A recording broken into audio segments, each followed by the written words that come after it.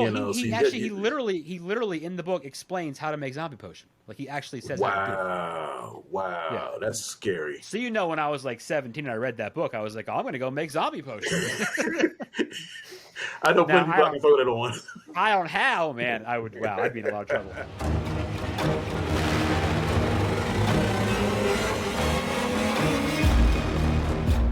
Hey peeps, what is happening? Welcome to 2023, the 2023 version of the Scary Movie Project.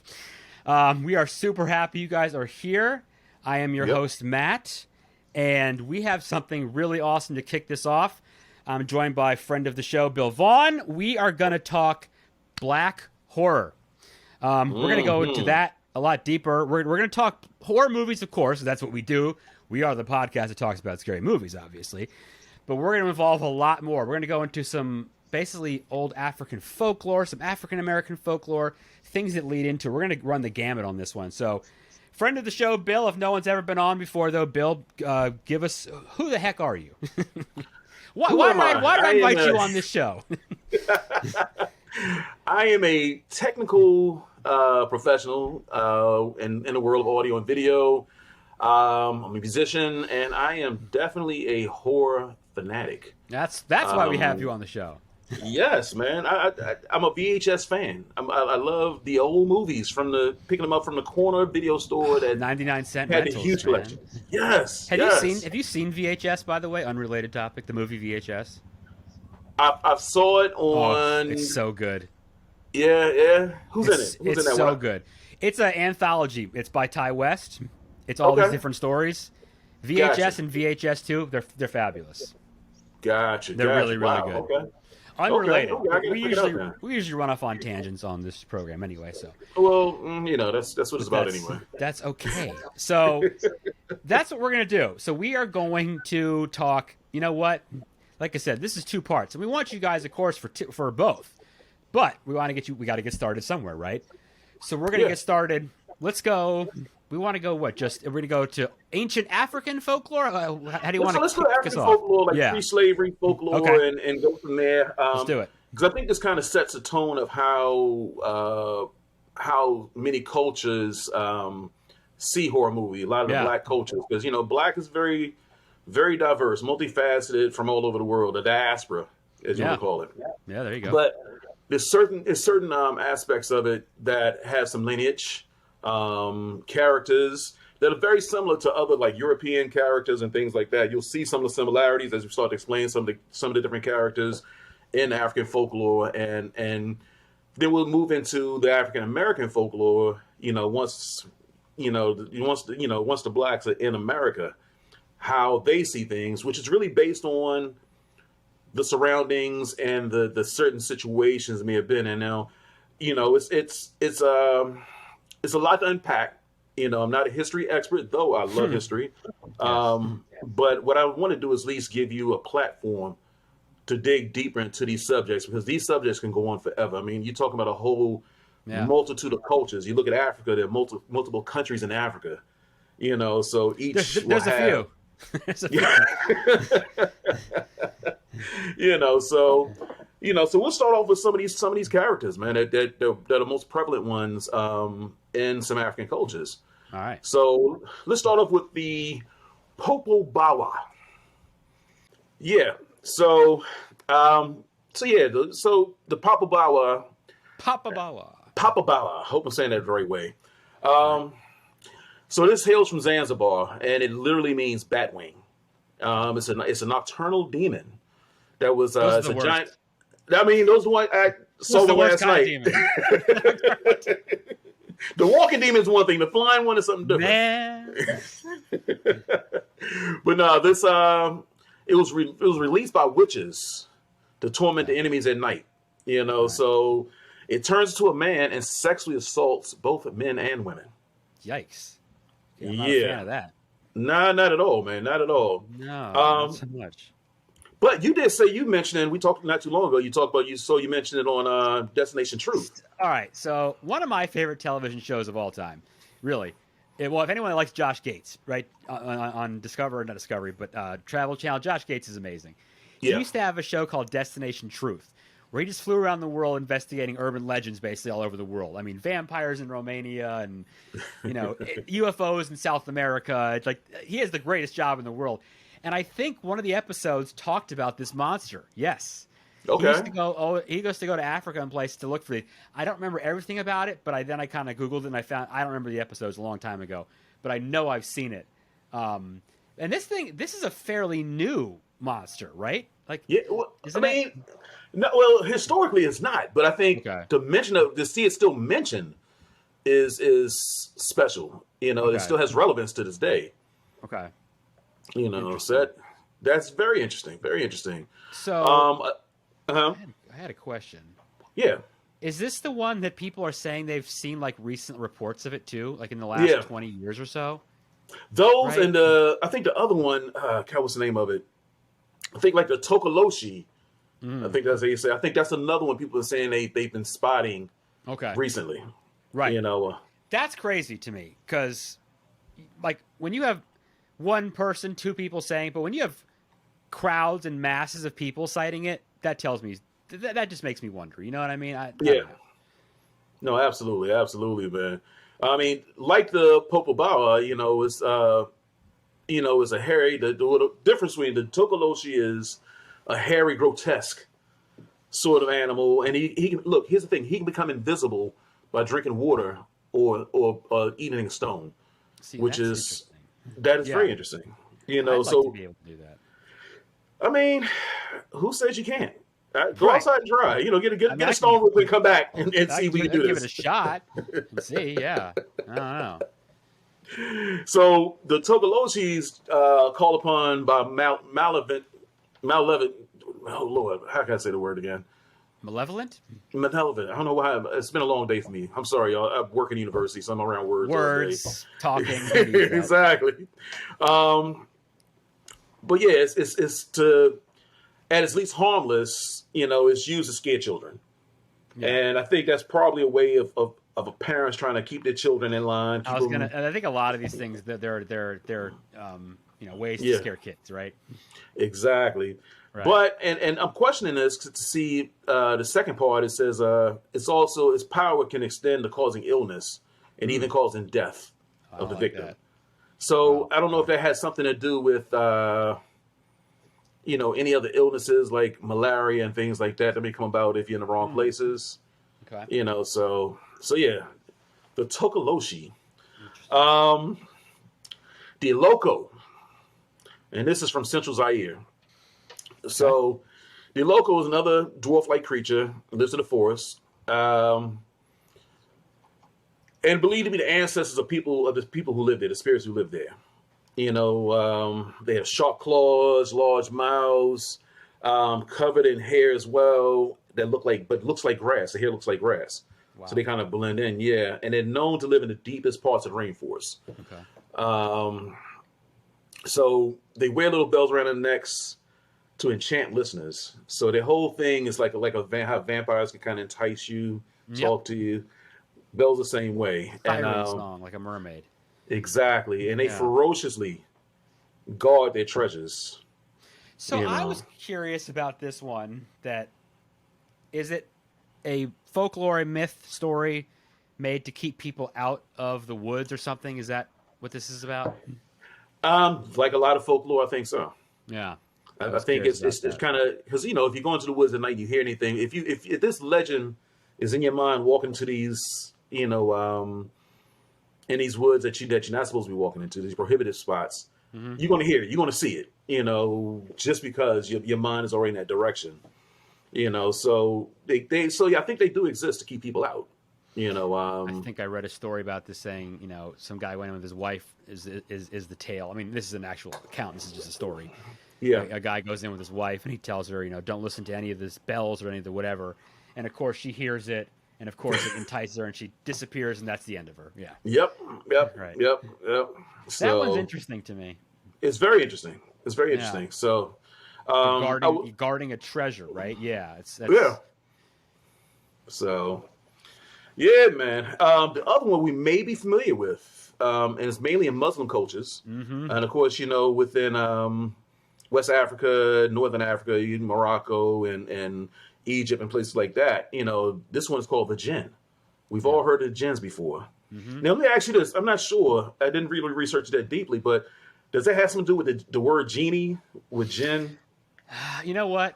I do not know the answer to Okay. that. I don't know if there is a relation to that. I mean, this is a very thousands of year old thing, Yeah. but I don't know if there is a correlation between the two.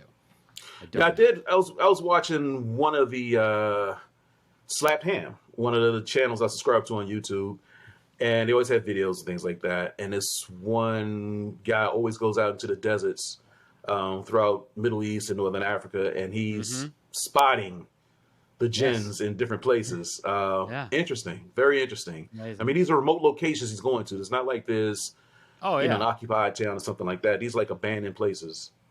But I wonder if that would be the place where you would see something like that. I don't know. Right? Well. Maybe this is the reason why it's abandoned. Who knows? Exactly. So, But yeah, connection to genie. Yeah, I don't know. I'll have to look at that. that's a good question. But Cobra's usually associated with jinns. They're Okay. shapeshifters. Yeah. So this is huge. This is prevalent in all Muslim folklore. So yeah, it's something that I want to definitely look more into because I want to see if there is a connection between that and genie. Maybe the genie could have been derived from a more Western way of talking about the jinn. I don't know. I wouldn't be surprised. The other one that we're all familiar with, coming from the same region, the mummy. We all know about the mummy, Well, or at least we should. Well, yeah, I mean, real mummies and mummies in movies. I mean, I just did an article on a review on an article, the movie about Boris Karloff, that a documentary some guy sent me, and he played the mummy, right? So that's famous for that. But yeah, like the mummy is always revered as this scary monster, right? Like there was a great Tales from the Crypt. If you ever saw it, where there was a mummy involved that came back to life and killed people. Yeah. Like I think we don't really understand. We look at the mummy now as walking around with slow walking, the tape falling off it, and it's going to eat you or whatever, But like, tell us more about mummies. I mean, that's not really that's not the idea of that wasn't a mummy thousands of years ago, right? Yeah, exactly. I mean, it was really to preserve the body and to keep it surrounded by keep the person surrounded by everything, the items, Yeah. Right. Well, it was amazing. I mean, you've read about what they did how they would embalm and all that stuff, right? Yeah. Like pulling out body parts through your nose, and it's crazy, man. Yeah, but that led to modern day, funeral care. Looking at some of that. Isn't that crazy? To preserve the body? It's. Yeah, I know people preserve bodies. That's your thing. I just never saw the need in it. Right. So yeah. So that's interesting. And people mummified their pets. Yes. You know that? Yes. They would they mummified the cats and Yes. Even some of the people who work for them, even some of their staff, they will mummify them. So in a way, if you're mummified, you're kind of honored, right? It's kind of like a big thing, right? I mean, you kind of, not everybody. Not everybody was mummified, right? People were just buried, right? If you can afford a pyramid, I guess you have some sort of clout. So yeah, what's a pyramid cost these days? what's the mortgage? What's the rate on a pyramid now? Dude, can you imagine, man, getting a building? I'm gonna go ahead and build a pyramid this week. I still don't know how they built that stuff, and they swear that's it's amazing. It's like Stonehenge, but that's a conversation for another episode. That's a whole nother conversation. Yeah, whole nother conversation, which we can have if you all would like one day. I can talk Stonehenge all day. So, I mean, so many mysteries behind it because if you look at the building technology and how these things are set in place and still set in place, it's amazing. I live in town where I have these buildings that were built just 200 years ago at max. Yeah, they're constantly working on it because it needs work. Well, what's crazy? I mean, look at we're talking about, I guess, Egypt, right? Because we're talking about mummies and all the pyramids. Well, what about an obelisk like where we live in Washington, D.C.? That's a throwback to something like that, isn't it? Right? Exactly. It is. Exactly what it is. So it's kind of interesting. I think it would be really cool one day if I ever go to see the pyramids. I want to do what you've seen people do. It's kind of spooky to watch it. You ever seen the photos? People go to the Sphinx, and you stand next to it, and you put your ear to it, and it's supposed to talk to you. And I've seen photos of this, and it's really eerie looking. It's a thing. Like, people do it. Yeah. Yeah. The mysteries of the Sphinx is supposed to speak to you. Interesting. Yeah. Interesting. If you ever go, that's what you need to do. Yeah. That'd be interesting to see. I would be curious about that. Yeah. You know. Pretty cool. But now the Mummy has been westernized in so many ways, even with Abbott and Costello meets the Mummy, and right, it's a joke. It's like it's a joke now. It's a satire of itself, right? And it's like, yeah, exactly. Yes, Abbott and Costello and the Wow. Yes, oh, yes, God. yes. That's good. You know. Next character, next folklore legend is I think it's ADZ, something like that. AIDS, yeah. So it's in Ghana folklore. It's like a vampire type of creature. Okay. They typically appear as fireflies. Oh, To start with, right? Now they take human form when they're captured. If you capture one, it turns to human form, and then it can possess and control how people act. They suck the blood of humans, mostly children, and infect them with diseases, maybe malaria. oh, that's interesting. Yeah. Okay. So, yeah, I think, yeah.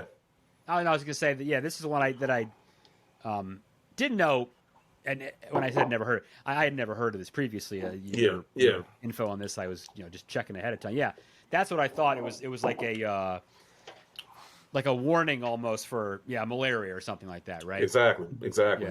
Especially in a part of the world where that still happens, right? That's still a thing. Yeah. I mean, it seems to be like a common theme with some of these folklore is really to provide safety. Yes. It seems like for people to not run into bad situations. They're cautionary tales. Yeah, right? Absolutely. Yeah. So there's a place for it, whether the creature really exists or not, but the impact is there. Another one. Okay. I think you like this one too, Matt. It is the like them all. Sasabonsam. Sasabonsam or something like that? Yeah. West Africa? Okay. Exactly. West African folklore, a vampire-like creature. Okay.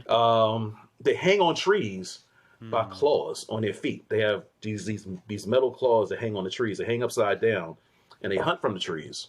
Oh. And they also have long iron fangs to hang out of their mouths. And they pink skin, red hair, which is unusual for African folklore. It's like, where would the image come from? Especially in West Africa, but who knows? Interesting. But yeah, they hang from trees and attack people. Now, another one is called, which is really closely related, is a Sasabonsam. Okay. It's a similar creature, but it has 20-foot wings. Who measured those wings? I'll never know. This sounds dangerous. I mean, so it's something like this reminds me of what's it, Jeepers Creepers? Jeepers Creepers, kind of look. Creepers. Yeah. Because he can fly. So I think that's kind of similar kind of creature. I don't know if it was inspired by this legend or not, but okay. Yeah. The other one, the Ninki Naka. This is like a water monster, right? Yeah, they call it the Devil Dragon. I do have a fondness for lake monsters and ocean monsters. Absolutely. But this one is even more unusual. Okay. Because it has a crocodile's body. Okay. A giraffe neck. What? And a horse's head. And top with 3 horns. Okay, I've definitely never heard one like that. That is new. All right. So considered very dangerous, and it was used to keep kids out of the water. Okay, so there you go. More cautionary tale stuff. Right. Yeah. Well, I mean, they're probably trying to keep kids out of a dangerous river that probably actually has crocodiles that will eat you, right? Basically. Right. Basically. So.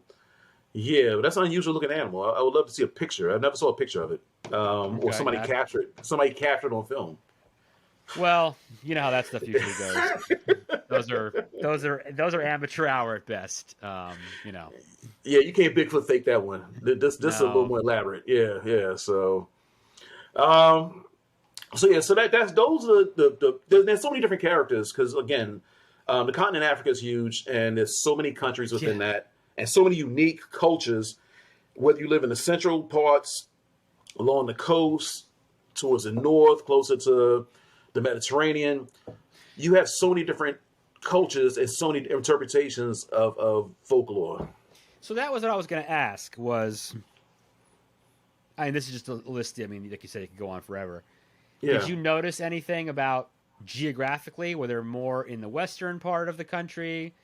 Because you have a country, wow, the continent. yeah, Um, because you've got so many smaller countries in West, like you know what I mean, in West yeah. Africa, really that bordered it. Or was there more in like the south? It didn't matter. It just was whatever. Well, Right? it really didn't matter. But what happens is some of this folklore, went beyond the local regions and went to the other Hmm. regions, other countries Yeah. as well. Just how words kind of spread and people migrate. Right. You have a lot of nomadic folks Yeah. in some of these places, so they can carry those same traditions over, and it may alter from here to there because they're not always consistent in descriptions from everybody. Yeah. There's a certain lineage of how they look, but Right. there's always little distinctions that kind of different, make it a little bit different from I'm gonna one Bigfoot description. have to start looking up for some photos, if any. I mean, I've never really heard much of these, but I've also curious if there's anyone has, well, I live in America, but I mean, I know about Yeah. Loch Ness Monster and the Lake Champlain, whatever, but I've never looked these up. I want to see if there's any photos or any video of any of this stuff. That'd be fascinating. So when I researched, I didn't find anything. All I found were Nothing. drawings, just a bunch of drawings. People always had a hand drawing Isn't of that, what they isn't that, saw. I find that very interesting, the Yeah. difference between the continents, the places we live, where, somewhere like here in Loch Ness, there's all these just million, Bigfoot. I mean, God, there's a Bigfoot sighting every 30 seconds. Someone has a picture, right? You know?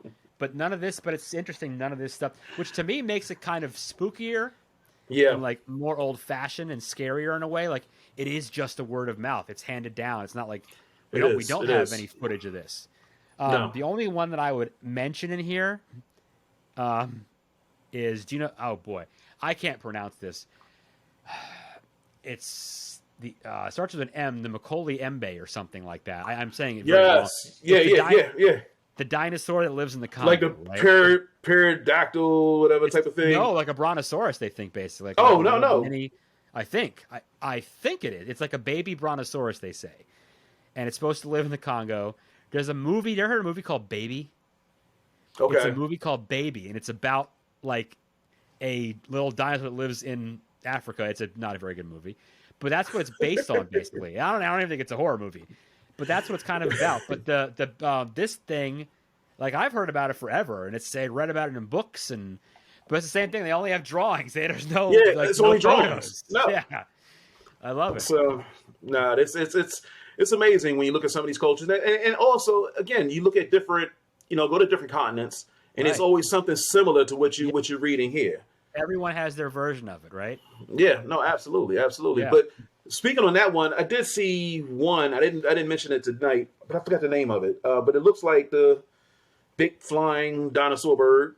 Oh, That's really? also yeah, and it flies down, picks up people, and That's and uh and awful. eats them. I, Well, and the thing, I I did don't see a want to go video. that way. I did see a video recently of somebody said this is one of them, Okay. and it's flying and it's throwing its head down, looking back. So it's something that couldn't easily be done, Yeah. even when I'm looking at it from a You can't fake that. no, you can't. And I'm looking at it from a No. technical perspective. No. Can they actually make this and look the way it did? But the Well, shadowing and everything was perfect. yeah. That's. I mean, you can make footprints. That's easy. You can do like Yeah, a surgeon's photo of Loch Ness. That's easy. Trying to do something flying in the air like that. That's pretty hard to fake. I think it is. but It is. you It might is. be. You might know some special effects person who has a flying monster. I don't know. Yeah, But yeah. So, interesting. but yeah, that's just a good primer of the different Right. folklore that exists. And Yeah. just like any other cultures, you have the vampire type. I don't Yep. know how that kind of crossed the whole world Because you name the culture, they have some sort of vampire demon Every looking. every culture, and I've read all about them, and they're all Yeah, interesting, and they all have one. They all have one. yeah, Yep. yeah. So I find that curious. And if you all find any other research on some of these things, please list it. Because I'm Oh, definitely I'd curious love to see how send many it my creatures way. exist out here. Send it my way. Yep. Please do. Please do. Yeah. So, from Africa to America, Okay. certain traditions did come over into America, but I think because of the horrors of slavery were horrors enough that you had enough to worry about besides creatures in the woods at this point. So you had overseers Hmm. and people out in the woods chasing after you to try to get away. So Yeah. That's um, that's real terror. That's not made up. yeah, yeah. Now, one thing I found similar in a lot of African American horror folklore, all the black folklore here in the U.S., is that a lot of it still revolves around a lot of voodoo and quote unquote witch practices and so forth. We love voodoo on And this show. and spirits, big Yeah. on spirits. People living in another realm besides the human, the flesh Hmm. realm. So you see a lot of that. So now, one, I remember growing up, my mother used to tell me all the time, we would come back and forth from my grandparents' house down in Blackstone, Virginia. A lot of like long roads, and it's low country No lights. where there's a lot of very little lights, and there's a lot of steam and fog coming off the ground, Scary. and you're Yeah. surrounded by trees the whole time, so Yeah. your mind will go crazy. Oh yeah. Uh, and she used to tell me that she went to Howard University, and my grandfather was a truck driver, and they would drive, every Sunday night, so he can get to his trucking locations. He would drop her off, and well, she would drop him off. She would drop herself off driving his vehicle Hmm. into DC.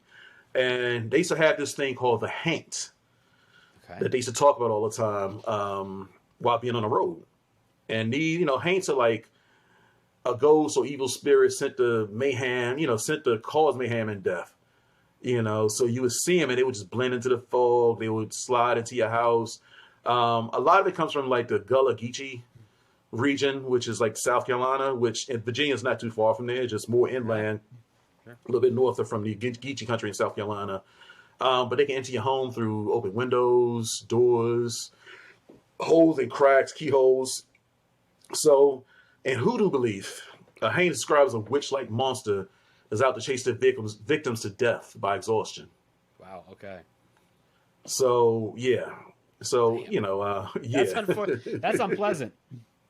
So, one thing I learned too, and I finally realized it after the fact, when I started researching a little bit more, is that people will paint their houses blue or paint their porch blue, a special shade of light blue to ward off Or that type of keep evil. them away. Okay. Keep Wow. them That's away. amazing.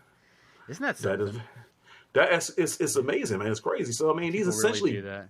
yes, I got to remember that if I ever have a house with a porch, I'm going to paint it blue. yeah, keep the evil spirits out, man. I mean, Yeah. No, that's right. maybe the bill collectors too, Well, yeah. the evil spirits. Yeah, they are evil. They are evil spirits, right? So I found it interesting, man. Just a ghost, like any other kind of ghost story.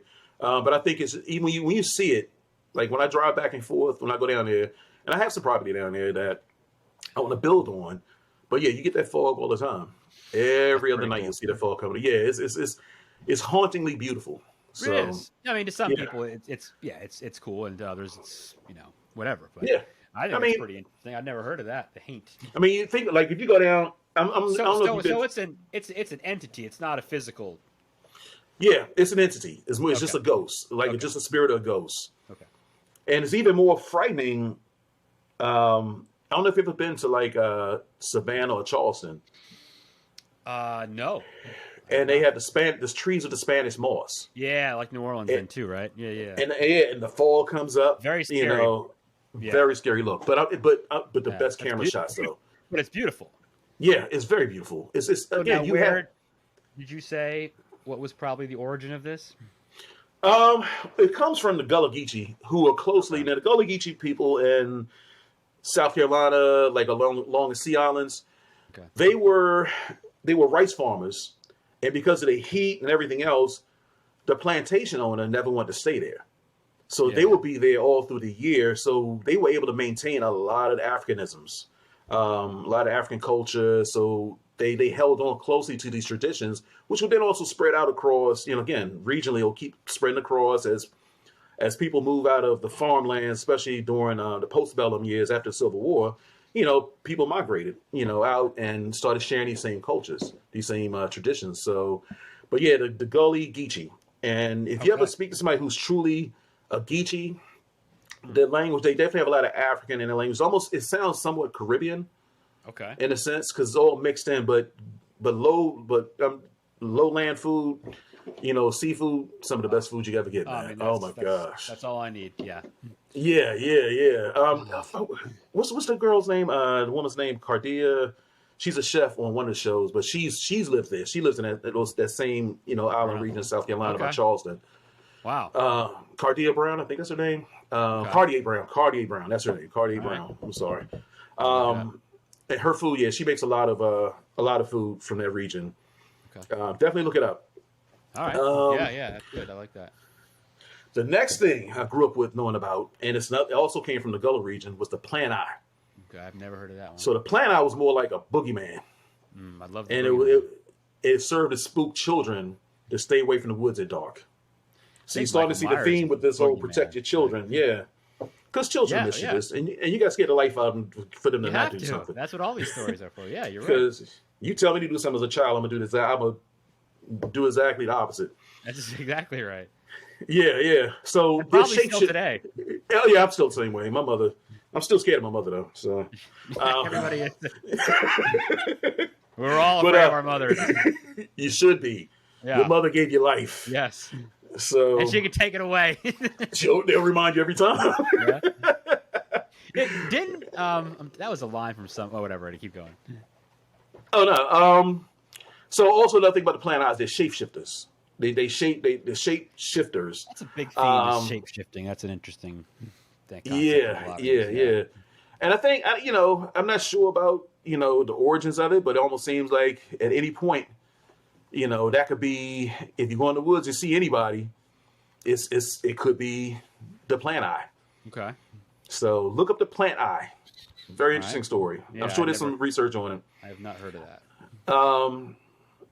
But no, the other stories say about them is that they torment and haunt wandering victims to drive them insane and steal away misbehaving children to eat. And sometimes seeing one also means you may be close to Confederate treasure. Oh, wow. Okay. So there's some good, some bad. I was going to say. Well, you know what? That's the best part of these stories is, not only, it's really bad when not only they're going to scare the children, but you have to eat the children also. You really have to. You have to eat the kids too. Dude, frightening. Now this next one, my father used to talk about it all the time. He said he used to always get them each time. The boo hag. I feel like I've heard of the boo hag. It's a red skinless monster that hides in the skin of the victims during the day and shed at night to go riding. They sneak into people's bedrooms. Damn. And sit on your chest and steal your breath. Leaving you weak, scared, and everything. Yeah. So, my father used to talk about this all the time. He's called the night witch, night hag. They're very similar to vampires, but instead of blood, they take your breath. Yeah. They take your breath away. So it's almost like, what is that? You might actually answer. Go ahead and say this. You might be answering. Like, what's that? The one ailment that people have when they wake up and can't move at night, but they can see. Oh. Yeah. What is that called? Yeah. Oh man. My tongue. I can't remember it. Well, okay. We think not night terrors, but you know what I'm talking about. It's something where you're wide awake, but you can't move. It's sleep paralysis. I think it's sleep paralysis. Something. I know what you're saying. I'm thinking of it too. So this reminds me of. Did you ever read or see Dr. Sleep? Yes.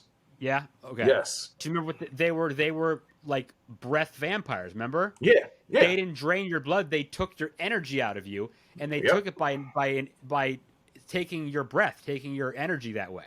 Yeah. Exactly. That reminds me a lot of that. That movie's amazing, by the way. That book and the movie are fabulous. Yes. My mother. Well, the first book I read was The Shining, Actually, my mother had on her. She had on her Yeah. end table. My mother was a huge horror fan, and it was. And I remember I read it because it was a silver book. It was a silver Okay. paperback, and I Caught your read it, and I got attention. dude. And once I got in the book though, and this I think I was probably like 10 or 11 years old or something like that. Yeah. Oh, it blew my mind. It totally blew my mind.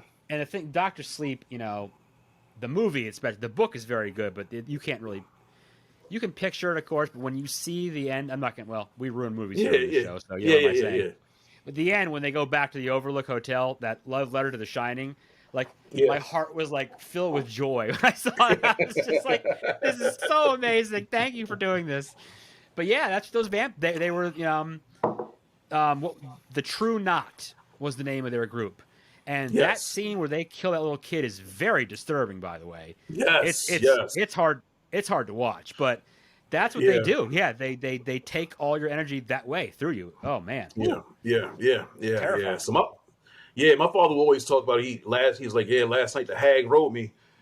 And I'm like, what the hell are you talking about? What are you talking about? Yeah. Exactly. What hag? My mother's right there too. What are you talking about?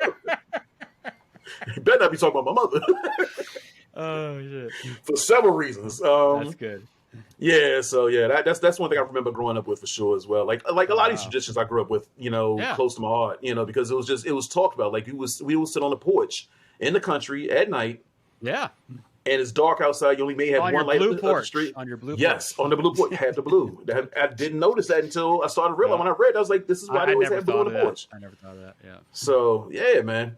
The next one is probably close to your heart as well. A lot of people know about this in a fictionalized way. Well, this is fictional too. I mean, I don't know. But the real story behind it, the Candyman. Yep. Love that. Yeah, man. So the folklore centers around like the 1870s. A black male artist falls in love with a rich white woman in Chicago. Yep. Woman's family finds out about the interracial relationship. He was lynched, sawed to pieces, and then covered in honey and bees and finally burned. Yeah, that's a pretty terrible way to go. Yeah. So, and we'll discuss the Candyman. I mean, we can discuss some of the Candyman movie now or later, either way. But I mean, I do want to for our second episode. I do want to get more into it, but because we'll mention that fact on the second episode. We'll mention this part again, just so people can put the folklore in the movie and kind of see the similarities and differences. I think what's important, and we'll say it again, though, is to remember that this story, there's lots of things that are connected but not connected. So Clive Barker, it made the movie Candyman, which it's beautiful, it's lovely. We're talking about the original movie. Yeah. But it was a story. It was adapted from a story that he wrote. I don't know if you've read the story called The Forbidden. That's what Candyman is based on, which takes place in England. It's a little bit of a different story. But that's where it comes from. But yes, what you're saying, of course, obviously, is the Candyman story. So there's different pieces, right? It's very. I mean, it's one of those things that evolved from a traditional story into a movie script. It turned into a book, turned into a script, where you had the similarities. The same thing with Jaws. Oh yeah. With the shark attacks that happened in New Jersey. Mm-hmm. Peter Benchley, that's where he got his ideas. Absolutely. Exactly. So similarities and differences. But The Forbidden, yes. Read it. Yes. Good. Anyway, but we'll talk about that. Definitely get into that. The other thing, man, and this is definitely near and dear to your heart. Zombies. I do love me some zombies. So again, this comes from the hoodoo voodoo tradition.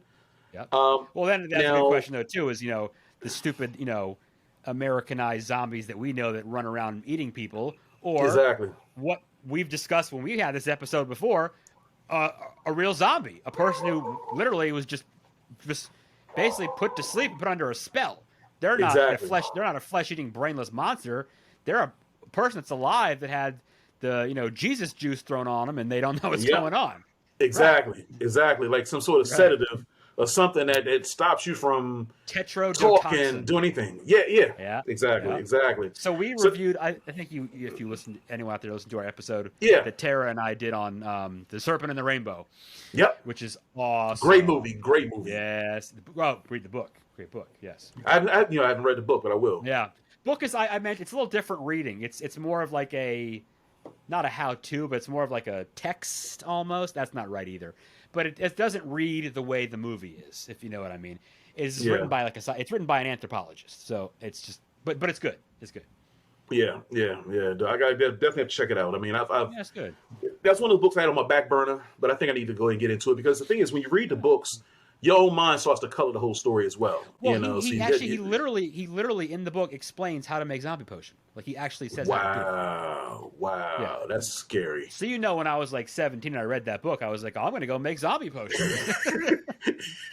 I know Now plenty of people I can throw that on. I don't have, man. I'd be in a lot of trouble. I don't have those readily available ingredients near me, so it's not going to happen. It ain't gonna happen. Well, you need like a puffer fish or some other craziness or something. You need puffer fish. You need poison from toads. You need all kinds of stuff. Yeah, it's crazy.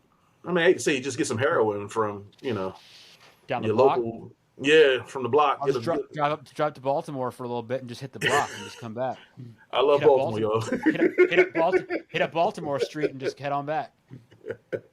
Anyway, That'll be a toxin. Anyway. Now, the one thing I want to get into right now are the night doctors.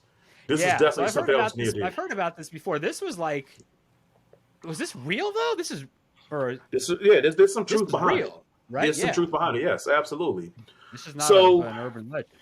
It's again, it was another one of those things to keep your children in the house and away from dangerous places. I just remember all the time, watch out for the night doctor. And this is well after this was like a huge thing. This is more towards the early to mid 20th century when this was really prevalent.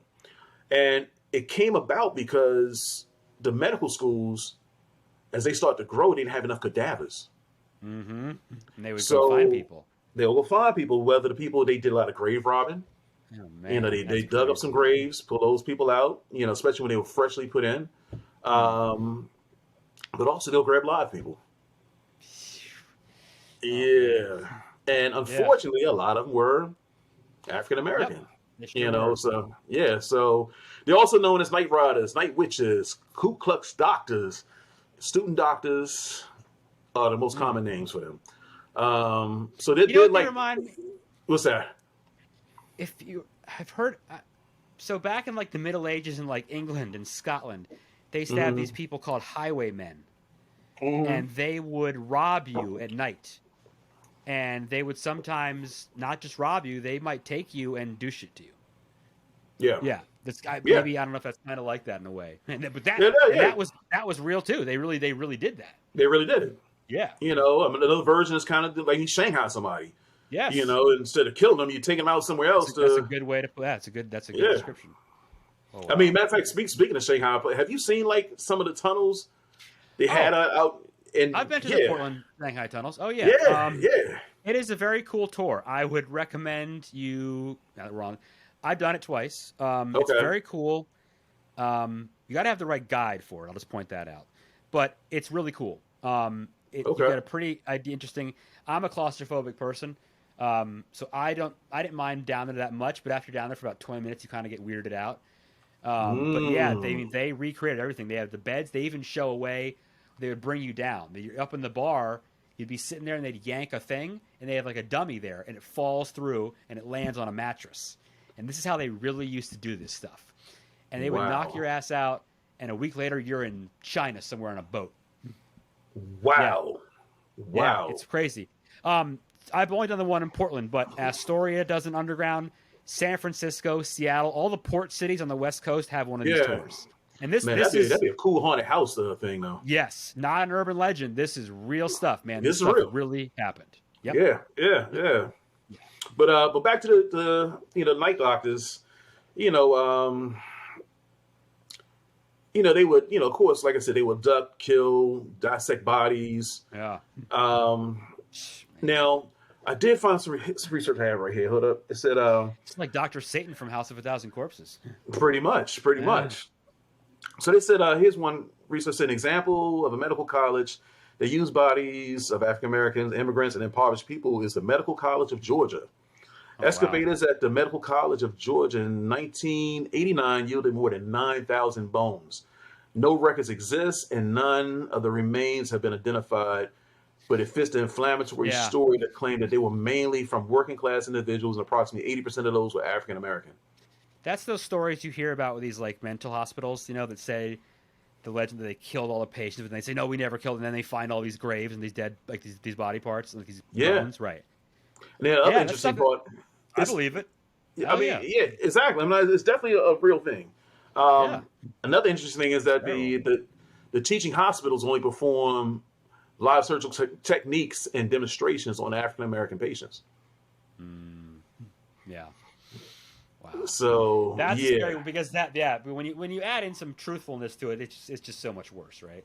Yeah. No, absolutely. So a flying dinosaur. I mean, what are the odds of you seeing that? But it's like falling asleep or somewhere and someone kidnapping you, like that's for real. Yeah, exactly. I mean, the horrors of that African Americans went through in this country go well beyond a movie.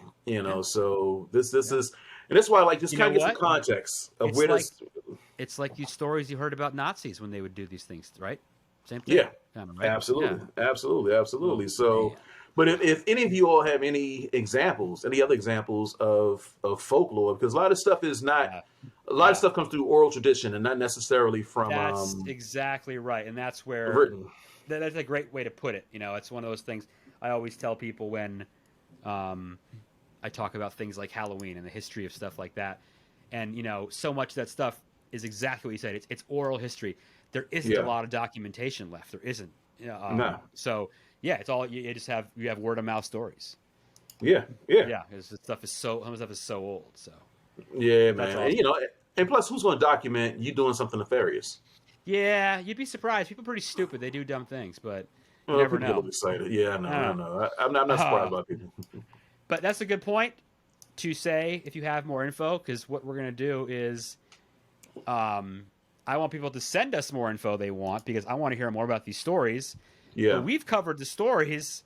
So now, because you guys love this so much, you're going to have to wait till next episode to hear when we talk about black horror movies now. Yes. So do your research, find out more about these stories.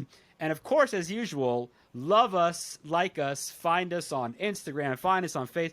You know where to find me, guys. You know where I am. I'm subscribe. I'm here. Subscribe. With subscribe button somewhere down there. Yeah, I know. I don't think it's subscribe button, right? Exactly. Love us. Even if you hate us, send me a message and say, "Hey, you stink." This is all good. Anyway, but Bill's going to stay with us because he is going to be back for part 2. So we'll see you guys next time for part 2. Thank you for joining us as always. And remember, if you can dodge a wrench, you can dodge a ball. Can't dodge an axe, though. The Scary Movie Project podcast. Learn more at thescarymovieproject.com.